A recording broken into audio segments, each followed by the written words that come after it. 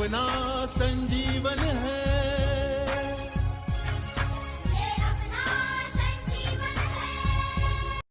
बच्चों, आज हम हिंदी अपठित गद्यांश पढ़ने जा रहे हैं।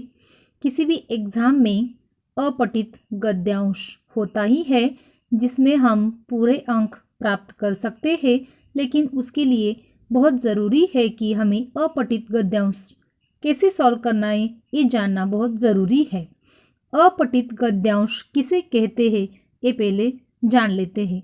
ऐसा गद्यांश जो पहले ना पढ़ा गया हो उसे अपठित गद्यांश कहते हैं। बच्चों, जो हमारे पाठ्यपुस्तक में नहीं होता है, जो हमने पढ़ा नहीं होता है, वैसा जो गद्यांश होता है, परिच्छेद जो होता है, उसे कहते हैं अपठित गद्यांश। तो बच्चों, इसमें दो प्रकार के प्रश्न आते हैं। एक होता है निम्नलिखित अपठित गद्यांश को पढ़कर प्रश्नों के उत्तर लिखिए, और दूसरा एक प्रकार होता है निम्नलिखित अपठित गद्यांश को पढ़कर सही विकल्प चुनिए। ये जो दूसरा वाला है ये छोटे बच्चों के लिए यानी चौथी, पांचवी, छठे क्लास तक पूछा जाता है। यह गद्यांश 5 अंक के लिए होता है, लेकिन हायर क्लास के लिए यानी 9वीं और 10वीं के लिए यही गद्यांश 9 अंक के लिए होता है। तो उनके लिए विकल्प नहीं होते हैं, बहुत बड़ा परिच्छेद होता है। तो यह हल करते समय हमें कौन कौन सी विशेषताएं ध्यान में रखनी है, यह देखो। पहली है, अपठित गद्यांश को बहुत ध्यानपूर्वक मन ही मन में 2 बार पढ़ना चाहिए।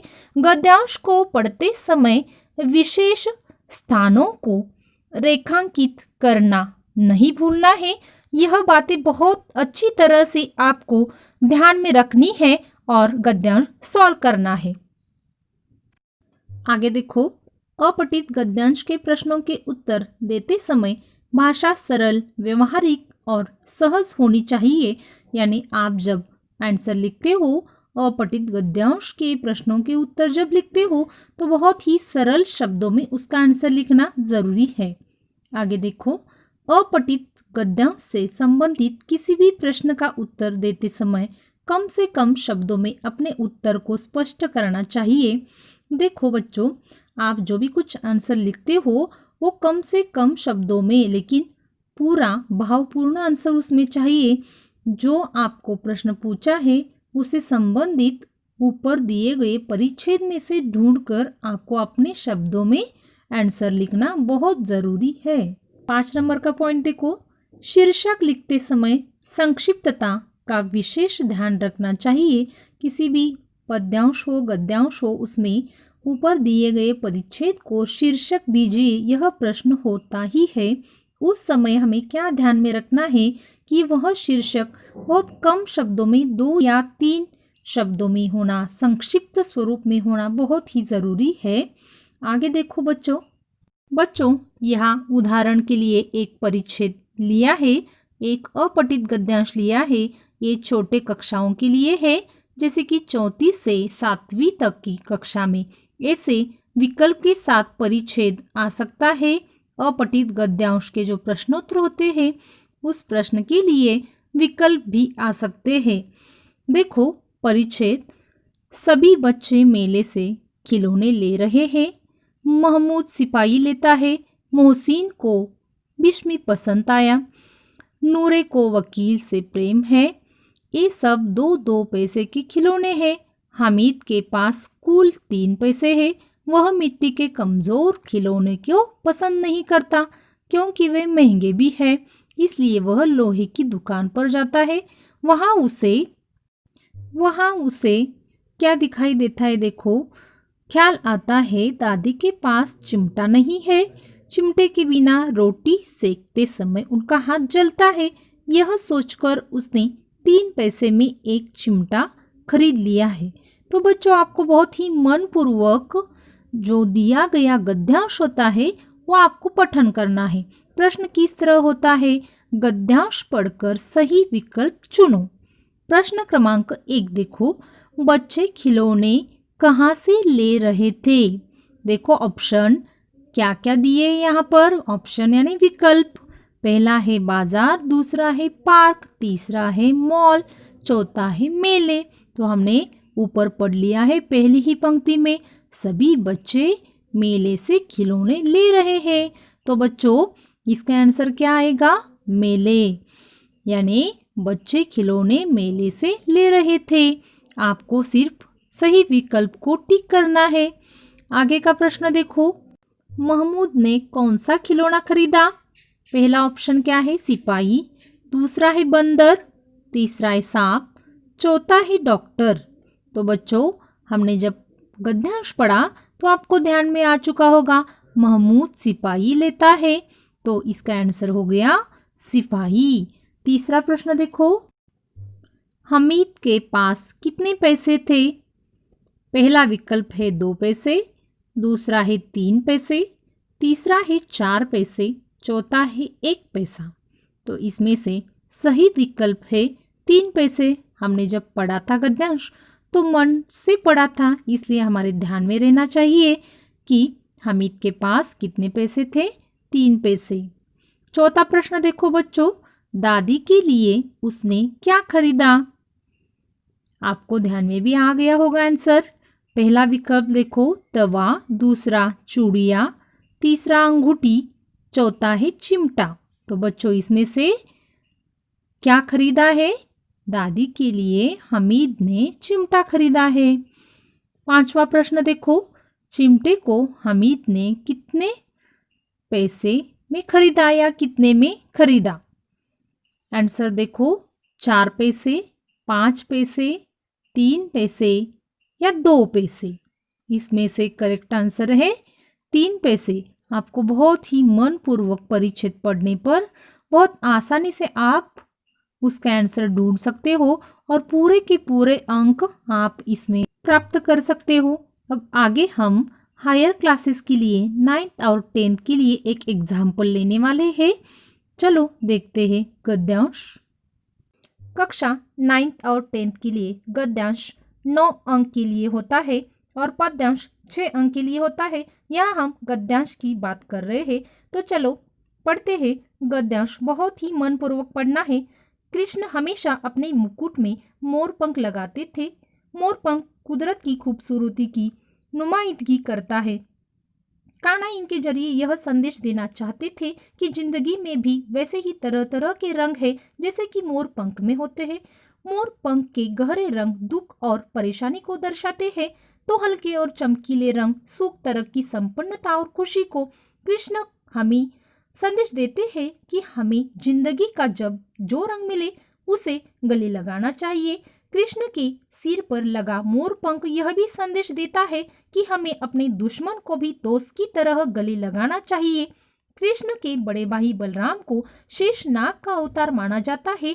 मोर सांप का दुश्मन होता है और उसे मार देता है। बलराम का छोटा भाई होने के बावजूद कृष्ण अपने सिर पर मोर पंख पहनते थे, जो दोस्ती का पैगाम देता है। मोर पंख से एक दिलचस्प कहानी भी जुड़ी है। भगवान राम वनवास पर थे। एक बार उन्हें बहुत तेज प्यास लगी, दूर दूर तक पानी नहीं था।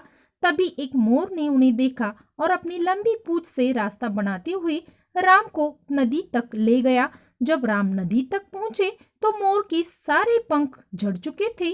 अगले जन्म में जब भगवान ने कृष्ण का अवतार लिया था तो मोर को सम्मान देने के लिए मोर पंख को हमेशा अपने सिर पर सजाया। तो बच्चों आपको भी ऐसे ही मन से यह गद्यांश पठन करना है। बच्चों ये था गद्यांश। इसके प्रश्नोत्तर देखते हैं। पहला प्रश्न, मोर पंख के गहरे रंग और हल्के चमकीले रंग क्या दर्शाते हैं? इसका जवाब आपको ढूंढना है। जब आप गद्यांश पठन करते हो उसी वक्त आपको पेंसिल से जो इम्पोर्टेंट लगे वो अधोरेखित यानी रेखांकित करना है। पहले का आंसर देखो, मोर पंख के गहरे रंग दुख और परेशानी को दर्शाते हैं, तो हल्के और चमकीले रंग सुख, तरक्की, संपन्नता और खुशी को दर्शाते हैं। दूसरा प्रश्न देखो, कृष्ण इन रंगों के माध्यम से क्या संदेश देना चाहते हैं? उसका आंसर देखो, कृष्ण हमें संदेश देते थे कि हमें जिंदगी का जब जो रंग मिले उसे गले लगाना चाहिए। जीवन में परिस्थितियाँ कभी अनुकूल होती है तो प्रतिकूल होती है, कभी सुख हो या दुख समान भाव से ग्रहण करना जरूरी है। तो बच्चों इसमें थोड़ा सा बच्चों आपने अभी अभी गद्यांश पढ़ लिया है, सुन भी लिया है। आपको मन ही मन गद्यांश बहुत अच्छी तरह से पढ़ना है ताकि आप उस गद्यांश का आकलन कर सके। इसके नीचे जो प्रश्नोत्तर दिए हैं उसके बारे में हम जान लेते हैं। प्रश्न क्रमांक 1, मोर पंख के गहरे रंग और हल्के चमकीले रंग क्या दर्शाते हैं? इसका आंसर आपको ढूंढना है। आपने बहुत अच्छी तरह से ये गद्यांश पढ़ लिया हो तो आपको बहुत आसानी से आंसर मिल सकता है। इस गद्यांश के सेकेंड नंबर की लाइन जो है उसमें इसका आंसर दिया हुआ है। मोर पंख के गहरे रंग दुख और परेशानी को दर्शाते हैं तो हल्के और चमकीले रंग सुख, तरक्की, संपन्नता और खुशी को दर्शाते हैं।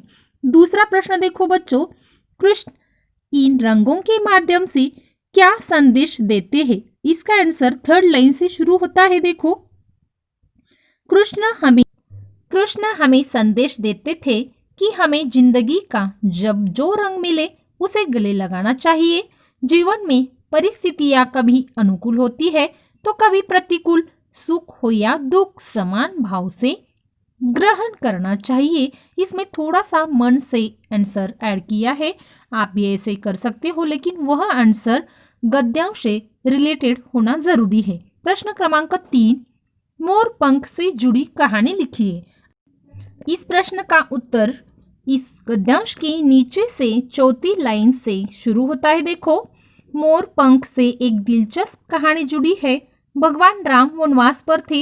एक बार उन्हें बहुत तेज प्यास लगी, दूर दूर तक पानी नहीं था। तभी एक मोर ने उन्हें देखा और अपनी लंबी पूंछ से रास्ता बनाते हुए राम को नदी तक ले गया। इस काम को करने में मोर के सारे पंख झड़ गए।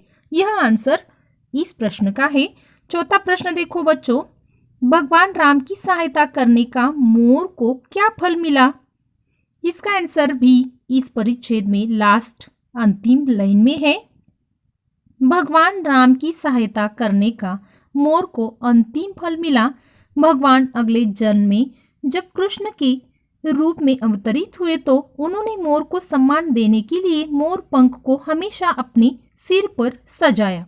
प्रश्न क्रमांक 5, हमेशा प्रश्न क्रमांक 5 यही होता है कि गद्यांश का उचित शीर्षक लिखिए। शीर्षक आपको मालूम होगा, किसी भी पाठ का जो नाम होता है उसे हम शीर्षक बोलते हैं। कहानी को जो नाम दिया जाता है उसे हम शीर्षक बोलते हैं। तो इस गद्यांश को भी आपको कम से कम शब्दों में शीर्षक देना है। तो बच्चों सोचो जरा, आप क्या शीर्षक दोगे? इस गद्यांश को पढ़कर आपको जो सही शीर्षक लगे वही शीर्षक आपको देना है। इस गद्यांश को हम मोर पंख यह शीर्षक दे सकते हैं। तो बच्चों आपको और पठित गद्यांश कैसे सॉल्व करना है और इसमें ज़्यादा से ज़्यादा अंक कैसे प्राप्त करने हैं इसके बारे में जानकारी समझ में आ चुकी होगी। आपको बहुत अच्छी तरह से गद्यांश का पठन करना है। यह पठन कौशल्य जो है वो बहुत अच्छी तरह से पठन करना है ताकि आपको इसमें बहुत अच्छे अंक प्राप्त हो जाए। तो बच्चों यह वीडियो बहुत अच्छी तरह से देखो और इस टाइप के दूसरे भी आप गद्यांश पठन करके सॉल्व कर सकते हो ताकि आपकी प्रैक्टिस बहुत अच्छी तरह से हो सके। धन्यवाद।